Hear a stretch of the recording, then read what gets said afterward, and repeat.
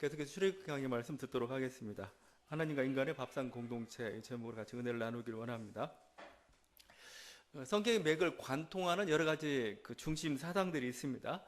그 중에 가장 대표적인 것 딱 하나를 선택하라면 저는 개약 사상이라고 생각합니다. 달리 우리가 언약이라는 표현을 쓰고 있죠. 언약보다는 계약이 나은 것 같아요. 왜냐하면 언약은 뭔가 이렇게 사적이고 뭔가 이렇게 한쪽에 일방적인 이런 느낌이 든다면 계약은 서로 동등한 두 상대방 간에 이루어지는 어떤 행위들을 가리키는 거죠. 계약 사상입니다. 여러분, 우리가 신약 구약 할 때 이 약자가 계약이라는 뜻입니다. 맺는다 이런 뜻을, 묶는다, 맺는다 이런 뜻을 가지고 있죠.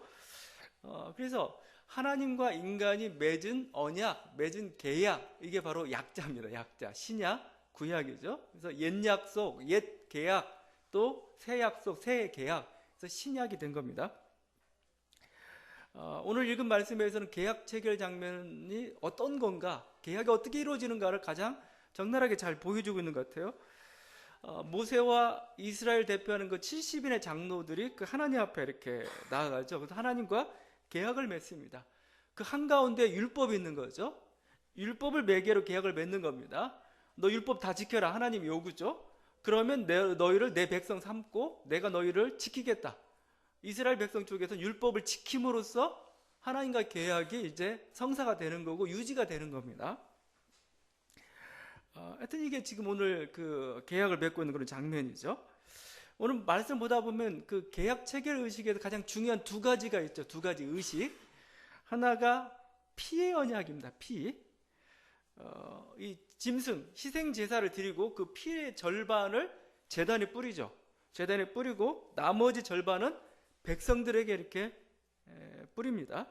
그러면서 8절 이렇게 얘기하죠. 이는 여호와께서 이 모든 말씀에 대하여 너희와 세우신 언약의 피니라. 그죠? 이 피로써 맹세한다. 꼭 보면 이런 느낌이 들어요. 그 무슨 어떤 결심할 때 단지, 혈서. 안중근 의사가 단지한 걸 유명하죠. 뭔가 이렇게 단지하고 혈서 쓰는 그런 느낌입니다. 피라는 건 생명이에요. 그러니까 생명을 걸고 이렇게 하나님 앞에 나와서 지금 계약을 맺고 있는 그런 것이죠. 우리 인간이야 생명을 걸 수도 있죠. 근데 하나님도 여기에 목숨을 걸고 있습니다. 우리 서로 목숨을 건다 이겁니다. 성경의 핵심 사상이 계약 사상이 된 이유가 바로 여기에 있는 겁니다. 왜냐하면 하나님이 목숨을 걸었어요. 같이 이 계약을 지키기로 서로 지키자 이렇게 목숨을 걸었기 때문에 그런 것이죠. 결국 이 하나님의 열심, 하나님의 계약을 지키고자 하는 성실하심이 이 땅에 그리스도가 이 땅에 오시도록 하신 것이죠. 결국 교회의 탄생에까지 이렇게 이르게 되었던 겁니다. 이게 바로 하나의 그 언약의 피, 계약의 피라는 겁니다. 다른 하나가 또 있죠. 계약 식사입니다. 이번에는 밥을 먹죠. 11절에 그들은 하나님을 뵙고 먹고 마셨더라. 제사를 다 드렸어요. 제사를 드리고 난 다음에 하나님 앞에서 먹고 마시는 하나의 식사가 이어졌던 겁니다. 음식을 먹는다는 게 뭐예요? 이게 식구라는 거죠. 식구. 우리 이제 한솥밥 먹은 겁니다.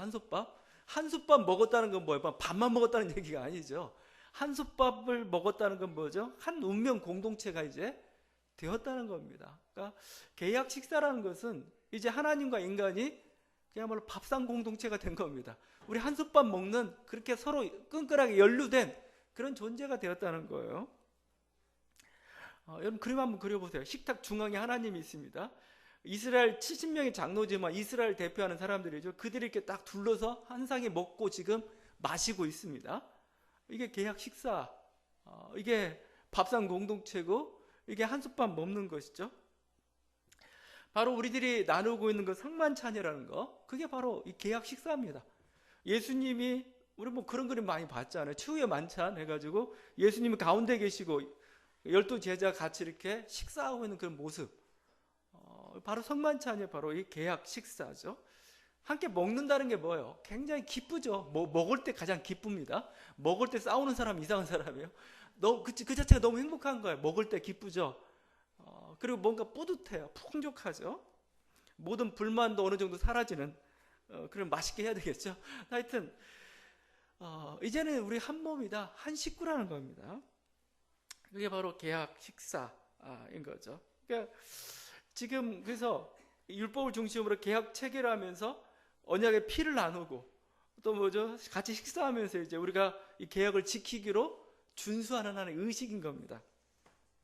이게 지금 오늘 하나의 어떤 그 계약 체결 의식 가장 대표적인 모습인데, 이스라엘 역사를 보게 되면 하나님이 여러 번 인간에게 나타나셔가지고 또 이스라엘 백성들과 계약을 체결했습니다. 그래서 계약을 체결한 모습들이 여러 번 나타나고 있어요.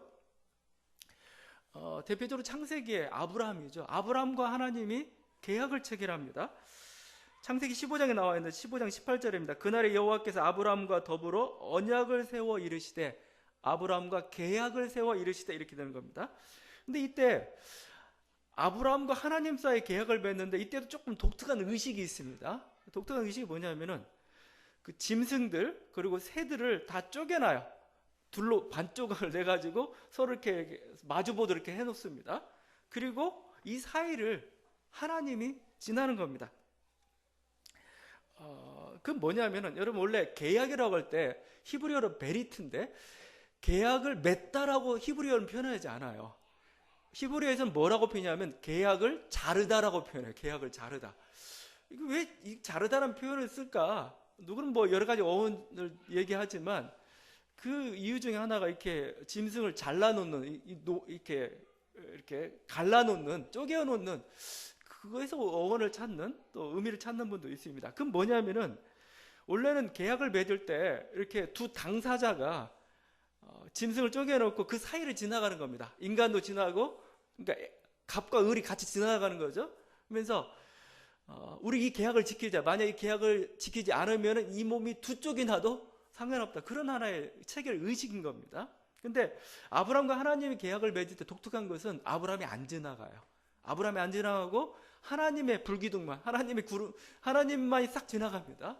그거 무엇을 상징하느냐? 어떻게 보면 하나님의 의지를 보여주는 겁니다. 내가 너에게 복 주겠다는 겁니다.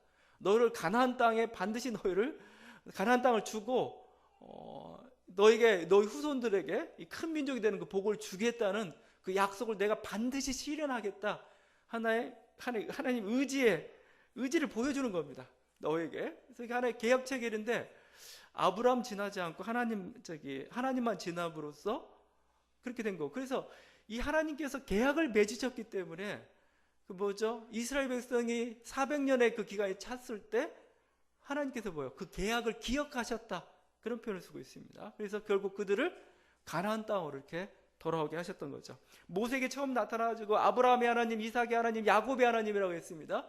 그 말이 무슨 뜻입니까? 아브라함과 언약을 맺은 하나님, 이삭과 언약을 맺은 하나님, 야곱과 언약을 맺은 하나님, 내가 이제 그 약속을 지키러 왔다, 이런 뜻이죠. 어떻게 보면 그래서 출애굽의 역사가 있었던 것은 아브라함과 계약을 맺었기 때문에 이루어진 겁니다. 이게 계약이 가지고 있는 중요한 놀라운 하나의 어떤 사건이다, 의미다 할 것입니다. 또 다른 계약 체결 의식이 하나가 더 있는데, 그것은 다윗 왕 때 이루어졌습니다. 다윗 왕이 하나님의 성전을 지을 마음이 생겼습니다. 그래서 지으려고 하는데 하나님이 그 마음을 좀 갸륵하게 봤던 것 같습니다. 하나님께서 선지자를 통해 이렇게 말씀합니다. 다윗이 하나님의 성전을 지으려고 했는데 오히려 하나님이 내 집을 지어주겠다 하면서 이렇게 얘기합니다. 내 집과 내 나라가 내 앞에서 영원히 보존되고 내 왕위가 영원히 견고하리라. 다윗의 왕조가 영원히 견고하리라 이겁니다. 하나님의 약속 때문에 그래서 그런지 북왕국과 남왕국으로 나뉘었는데, 북왕국은 계속 쿠데타의 연속이 왕조가 바뀝니다. 그런데 남왕국은 계속 다윗 왕조가 계속 지속되었던 거죠. 그런데 이것도 우리가 무조건적 계약이란 말을 씁니다. 시내사는 조건적 계약이었어요. 뭐냐면 율법을 지키면 이런 부대 조항이 들어가 있는 겁니다. 그런데 다윗과 맺었던 그 계약은 그냥 무조건적인 축복입니다. 너 영원토록 네 왕조를 보존해 주겠어. 자, 이게 그냥 다윗 왕조를 축복하겠다는, 일개의 왕조를 축복하겠다는 그런 축복의 약속이냐? 아니에요. 이스라엘 향한 축복의 약속입니다. 이스라엘 나라를 견고한 나라로, 번듯한 나라로 하나님께서 지켜주시겠다. 이어갈 수 있도록 해주겠다. 그런 약속인 거죠. 그래서 이스라엘 백성들이 포로로 끌려갔을 때 그들이 붙잡았던 게 이 약속이죠. 하나님, 저희와 맺었던 약속 어디 갔습니까? 어디 갔습니까? 다윗 왕조를 영원토록 견고케 하겠다고 하셨는데 지금 다윗 왕조는 지금 사라져갖고 지금 우리는 포로된 상태에 있습니다. 하나님, 왜 가만 계십니까? 하나님이 그래서 그 소리를 들으시고 그 약속을 기억하시고 이스라엘 백성을 바벨론 포로로 돌이키는 거죠. 이스라엘 백성이 항상 위기 때마다 이 하나의 메시아 신앙을 갖게 되었는데 그 메시아 신앙이 다른 게 아니죠. 하나님과 맺었던 언약, 특별히 다윗 왕조를 영원히 견고케 하겠다는 그 언약을 항상 기억하시고 또 이스라엘 백성 그걸 요구했던 거죠. 그게 메시아 신앙으로 이렇게 발전되었던 겁니다. 계약은 여기뿐만 아니고 예레미야에게도 하나님께 또 주셨습니다. 예레미야에게 계약을 주시는데 예레미야와 맺은 계약은 예레미야 맺은 건 아닙니다. 하나님이 이런 겁니다. 이스라엘과 계약을 맺었는데 자꾸 실패를 해요. 그러다 보니까 하나님이 화가 났습니다. 안 되겠다. 다시 계약을 맺자. 계속 이렇게 요구해야 되니까 도무지 이게 안 되는 겁니다. 자꾸 못 지키는 겁니다. 계약이 성사가 안 되는 겁니다.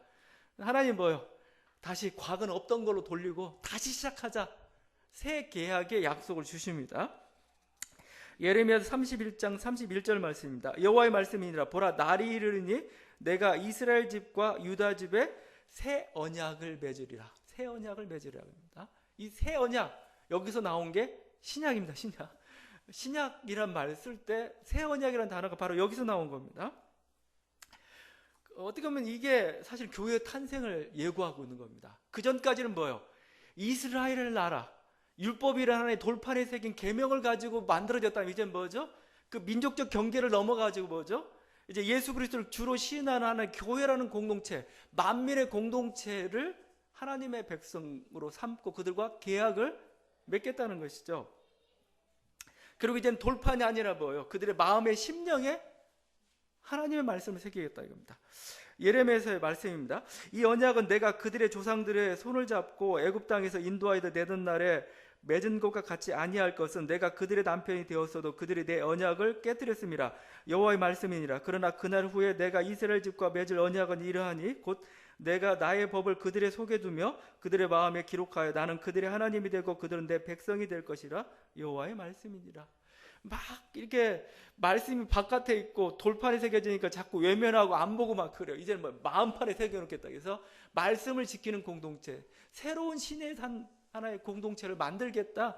지금 하나님의 지금 선언인 거죠. 예수님께서 이 땅에 오셔서 하셨던 일이 무엇입니까? 여러 가지 십자가 사역이 그런 것도 있겠지만 가장 중요한 일이 새 이스라엘을 만드는 거였어요. 새 이스라엘. 그게 바로 교회라는 거죠. 새 이스라엘 공동체를 만드는 거였습니다. 그래서 여러분 이 새 이스라엘 공동체는 이제 민족적 경계를 넘어서는 거죠. 모든 전 세계를 향해서 문호가 열린 오직 주 예수님을 주로 시인하는 그들을 통해서 만들어지는 그런 공동체입니다. 바로 성만찬이 바로 그 계약 체결 하나의 의식이었던 거죠. 마가복음 전하고 있는 성만찬 말씀입니다. 그들이 먹을 때 예수께서 떡을 가시다 축복하시고 떼어 제자들에게 주시며 이르시되 받으라 이것은 내 몸이니라 하시고 또 잔을 가지사 감사하기도 하시고 그들에게 주시니 다 이를 마시며 이르시되 이것은 많은 사람을 위하여 흘리는 나의 피 곧 언약의 피니라 합니다. 계약의 피입니다. 여러분 시내산에서 그 피 뿌리듯이 지금 포도주를 대신하는 겁니다. 이거 피다 이겁니다. 피. 생명을 건 하나의 새로운 계약 공동체가 지금 이 성만찬을 통해서 최후의 만찬을 통해서 만들어지고 있고 지금은 이제 12지파를 통해 12명의 제자를 통해서 지금 이루어지고 있죠. 이제는 우리가 계속 성만찬 예배를 드리잖아요. 성만찬이란 결국 뭡니까? 하나님 예수 그리스도와의 계약 체결입니다. 계약 체결을 재현하는 겁니다. 이제 재현하는 거예요. 그러면서 우리들이 하나님의 백성이 되었음을, 하나님의 자녀가 되었음을 다시 한번 확인하는 그게 바로 이 성만찬 의식입니다. 포도주를 먹고 또 포도주를 마시고 이 빵을 떼면서 우리는 그야말로 이스라엘 백성들이 시내산에서 그렇게 하나님과 계약을 맺었듯이 이제 우리는 다시 예수 그리스도 안에서 하나님과 새로운 백성으로서의 계약을 맺고 있는 것이죠. 이런 어떻게 보면 구약과 신약을 면면히 흐르고 있는 게 바로 이 계약이라는 겁니다. 저는 항상 계약을 생각하면서 드는 게 이런 생각입니다. 계약을 맺는다는 건 뭐예요? 이것은 부자유한 겁니다. 얽매인다는 거죠. 계약을 맺는다는 부자유, 얽매인 겁니다. 왜냐하면 그걸 지켜야 되니까. 그렇죠? 근데 우리 하나님은 자유로우신 하나님이세요. 자유로우신 분인데 그 하나님이 지금 약속을 맺고 있는 거죠. 약속을 맺으면 지켜야 되는 거죠. 얼마나 부자유합니까?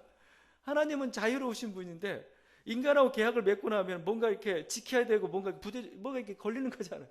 부자유해지는데 우리 하나님은 어떠한 하나님이냐? 그 부자유를 감수하시는 그런 하나님입니다. 왜 그랬을까요? 사랑 때문에 그렇습니다, 여러분. 여러분, 사랑한다는 게 참 뭐예요? 좋은 거지만 매이는 겁니다. 여러 사람을 사랑하면 얼마나 좋아요. 근데 사랑하니까 뭐죠? 한 사람만 바라봐야 됩니다. 딴 데 눈 팔면은 혼나요. 그냥 이게 자녀를 사랑한다는 게 뭐예요? 그냥 여러분, 뭐 그 사랑이 자녀를 사랑하는 여러분의 시간을 내어놓는다는 겁니다. 여러분의 에너지와 여러분의 젊음과 여러분의 모든 걸 다 내어놓아야 돼요. 부자유해져요. 어떻게 보면 사랑의 하나님의 필연적인 결과일 수밖에 없는 것 같아요. 사랑하기 때문에 계약을 맺고 부자유해지는 거죠. 그래서 우리가 믿는 하나님은 동양의 도가 아니에요. 요한복음에 물론 나오기도 하지만 스토아 철학에 있던 로고스도 아니에요. 아리스토텔레스가 얘기했던 부동의 동자도 아니에요. 부동의 동자가 뭡니까? 자기는 움직이지 않으면서 모든 걸 자기를 향해서 이렇게 움직이도록 만드는, 물론 그런 면도 있습니다. 그러나 성경 속에서 이렇게 증거하고 있는 그 하나님은 그런 철학자의 하나님이 아니에요. 보편적인 법칙이 아니라는 겁니다. 보편적인 법칙이 아니고 하나님은 뭐요? 인간의 삶 속에 끊임없이 자기 자신을 연루시키는 하나님이세요. 인간의 기도를 들으시고 인간에게 요구하시는 그런 하나님입니다.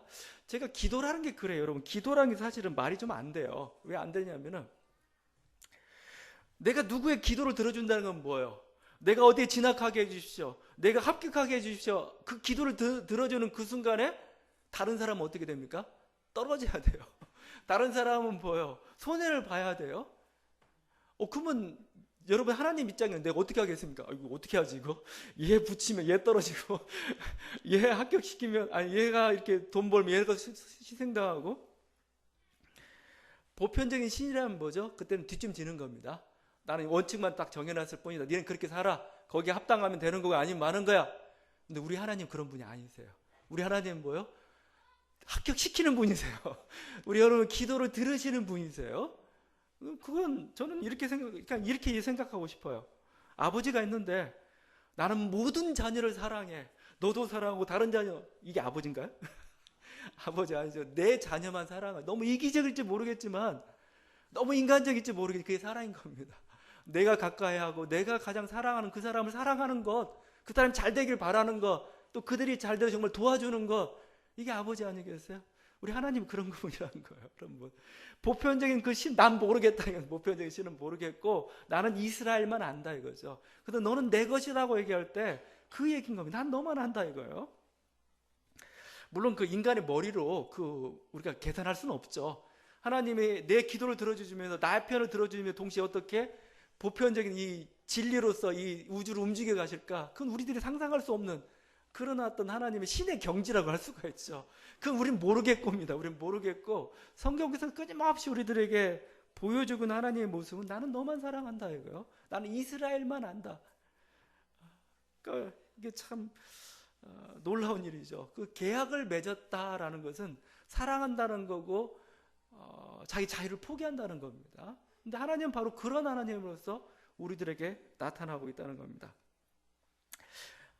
그래서 이 하나님은 우리 인간 세계에 대해서 끊임없이 간섭하세요. 자꾸 사랑하면 간섭하게 되어 있죠. 그래서 자녀가 자기 이렇게 돼야 잘 될 것 같은데, 이렇게 살아야 될 것 같은데 안 살아요. 화나죠. 자꾸 때리고 이쪽으로 오라고 하죠. 하나님이 그런 분이세요. 끊임없이 우리로 하여금 삶을 개선하라고 요구하세요. 그렇게 살면 죽는다고 얘기하면 내가 살기 원하는 방향은 이런 방향이야. 여러분 알라시는 그러지 않습니다. 이슬람에 여러분 하나님 믿는 걸 좀, 하나님 믿는 게 좋은 건지 안 좋은 건지 모르겠어요. 알라시는 그냥 세상을 딱 만들어 놓고 코란 하나 딱 던져놨습니다. 그리고 이대로 살아 뒷짐지고 있는 분입니다. 근데 하나님은 세상도 만들어 놓고 말씀도 주시면서도 또 끊임없이 개입을 해요. 개입을 해. 이렇게 하면 안 돼, 저렇게 하면 안 돼, 이거죠.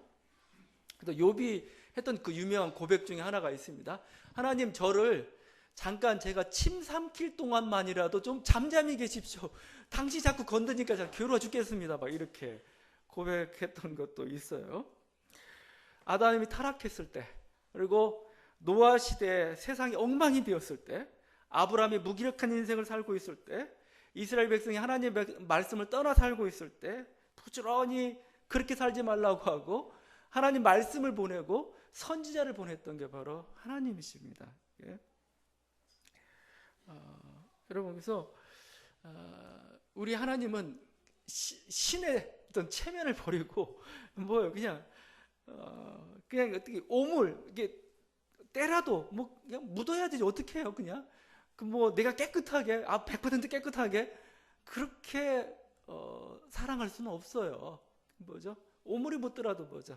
과감히 오물을 묻히시는 분이십니다.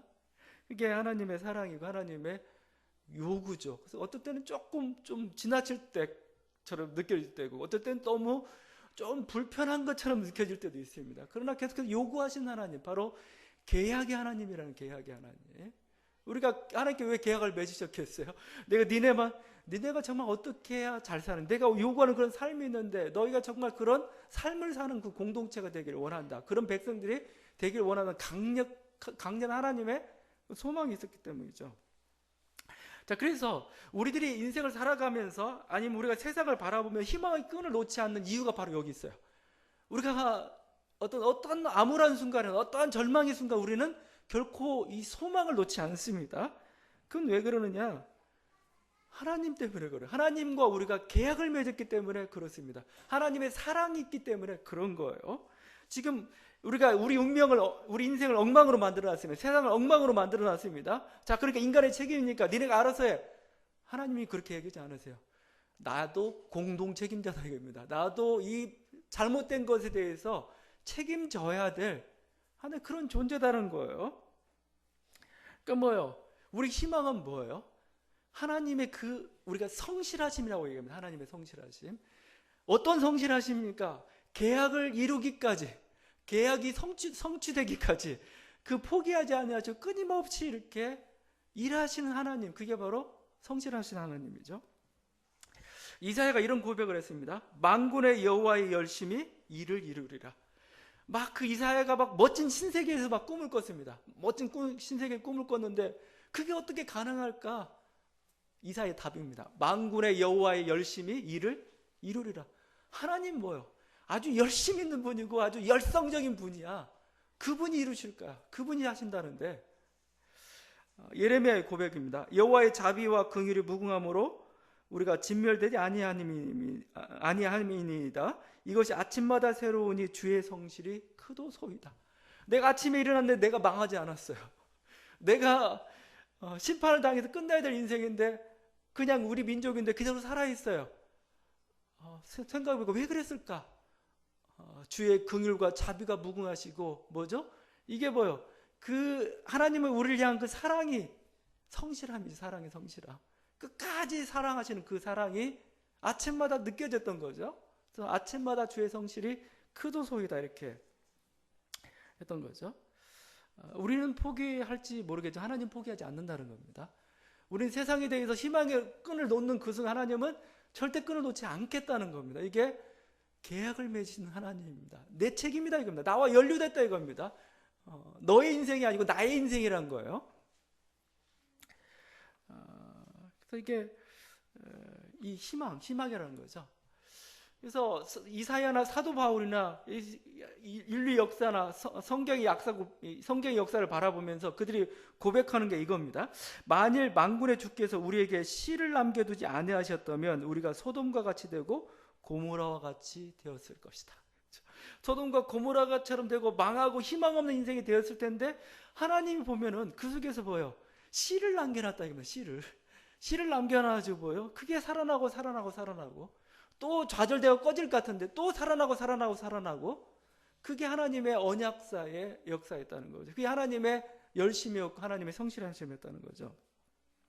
때가 되면은 꽃이 필 겁니다. 때가 되면은 열매를 맺을 것입니다. 이게 왜 그러느냐? 희망이 우리에게 있는 게 아니라 하나님께 있다는 겁니다. 왜? 하나님이 그분이 원하시고 그금도 지금은 그 계약을 약속을 잊지 않으시기 때문에 그렇죠.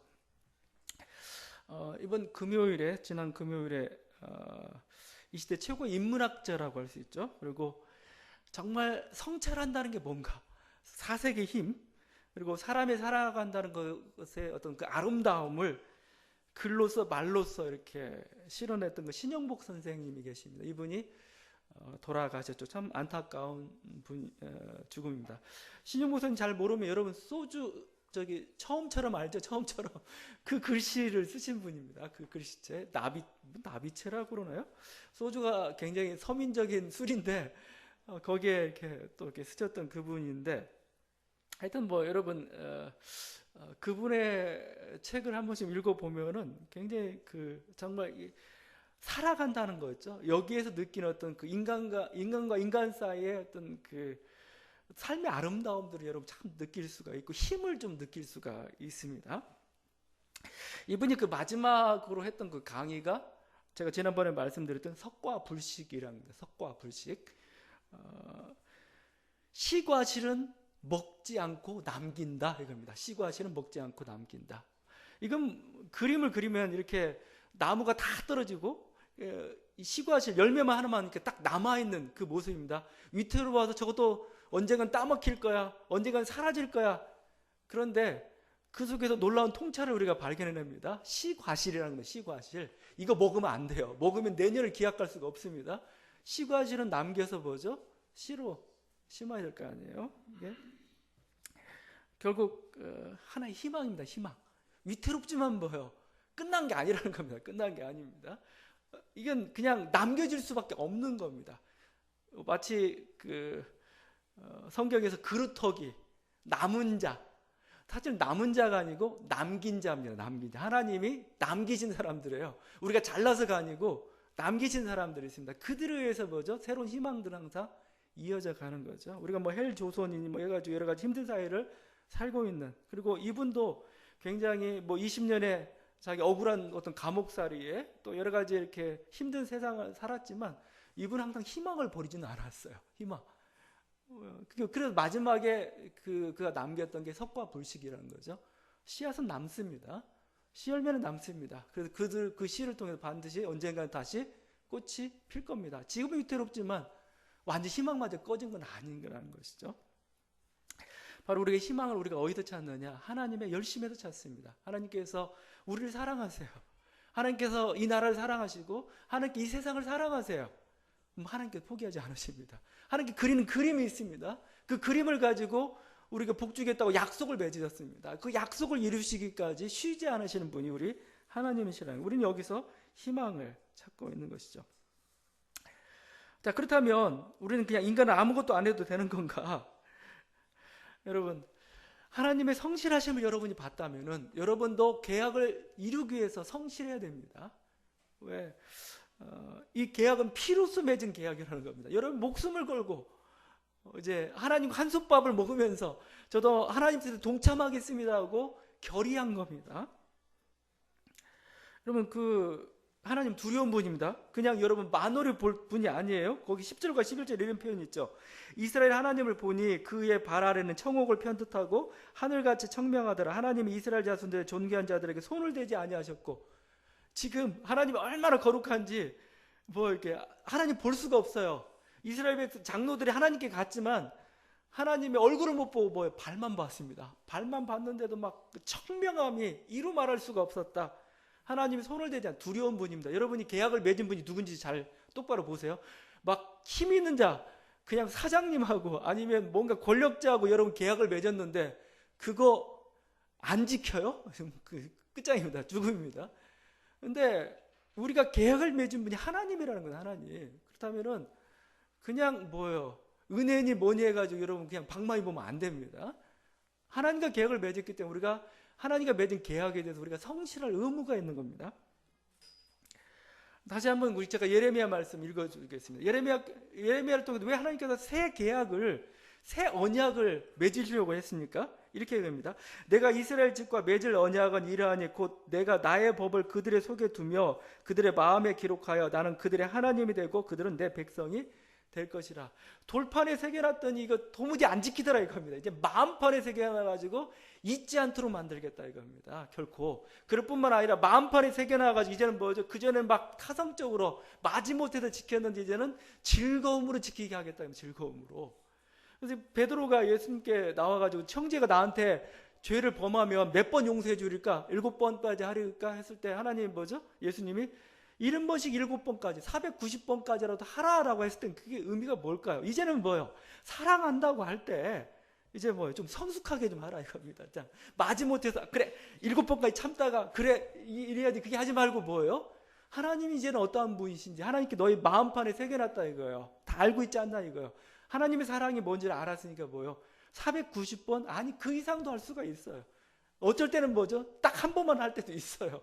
그럼 뭐죠? 이제 마음을 좀 알아야 될 거 아닙니까? 왜 아직도 그냥 눈치 보고 아직도 뭐죠? 자기가 뭐 그냥 이렇게 그 돌판에 새긴 비물에만 얽혀가지고 이렇게 보고 있느냐 이거요.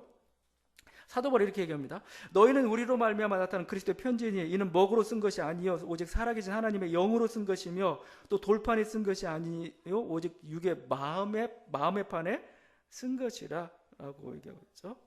이제 성령으로 말미암아서 우리 마음판에 새겼습니다. 하나님의 율법을, 하나님의 말씀을 여러분 새겼다는 겁니다. 여러분 그리스도의 편지입니다. 이제 여러분 이 그리스도의 사랑 또 그리스도의 거룩함, 그리스도의 올바름을 증거하십시오. 이게 그냥 마지못해서가 아니고 여러분 기쁨으로 그것을 감당할 수 있는 저와 여러분들에게 바랍니다. 이게 바로 하나님과 계약을 맺은 우리가 해야 될 당연한 하나의 책임이고 의무라 생각을 합니다. 여러분 이 하나님의 계약에 충실한 저와 여러분들에게 바랍니다. 우리 같이 기도하는 시간 갖도록 하겠습니다. 하나님과 인간이 계약을 맺었습니다. 나와 하나님이 계약을 맺었습니다. 여러분 하나님과 맺은 계약이 뭔가를 좀 생각하면서 제가 하나님과 맺은 계약에 충실하겠습니다. 여러분 예수 그리스도를 주로 시인하고 하나님 말씀을 나의 말씀으로 받는 그 순간에 이 성경 말씀은 전부 여러분을 향한 약속의 말씀입니다. 제가 이 말씀에 충실하겠습니다. 그리고 또한 우리 자신만 바라보지 말고 우리에게 충실하신 하나님, 우리를 복 주시고 우리가 하나님의 합당한 자녀로 이렇게 빚어가시는 그 하나님의 놀라운 그 손길들을 우리가 좀 바라볼 수 있기를 바랍니다. 함께 기도하시겠습니다.